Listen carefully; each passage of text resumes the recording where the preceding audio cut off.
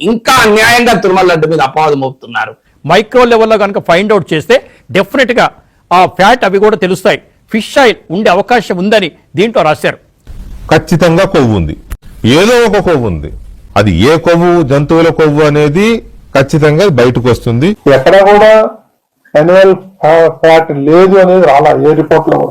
తిరుమల లడ్డులో జంతు కొవ్వు కలవలేదని scientific research institute చెప్తే ఆ చెప్పిన ఇన్స్టిట్యూట్ కు తెలియలేదు, కానీ మేము చూసినాం అందులో పంది కొవ్వు గొడ్డు కొవ్వు అని వీళ్ళు మాట్లాడుతున్నారు.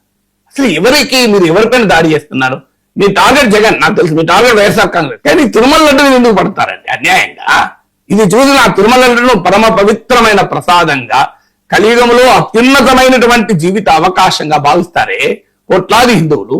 ఈ పత్రికలో వచ్చిన పేజ్ 1లో ఆ గొడ్డు కొవ్వు పంది కొవ్వు అని చూసిన వాడు ఏం గుండె పగిలిపోదా అని అడుగుతున్నాను. మేము ఇంత పవిత్రంగా భావించే లడ్డూలు మీరు ఎందుకు ఇంత అపవాదం మోపుతున్నారు? సిట్టు మీరేసిందే కదా, అధికారం మీ చేతిలో ఉంది కదా, అనుమానాల మీద ఎందుకు వార్తలు రాస్తారు? అనుమానాల మీద ఎందుకు వార్తలు రాయించుకుంటారు?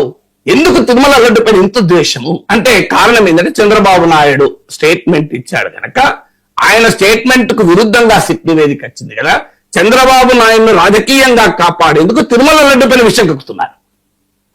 మీకు చంద్రబాబు కావాలా, తిరుమల లడ్డు కావాలా? అయ్యా దేవదేవుని లడ్డు మీద ఎందుకు పడతారు, విషయం ఎందుకు కక్కుతారు?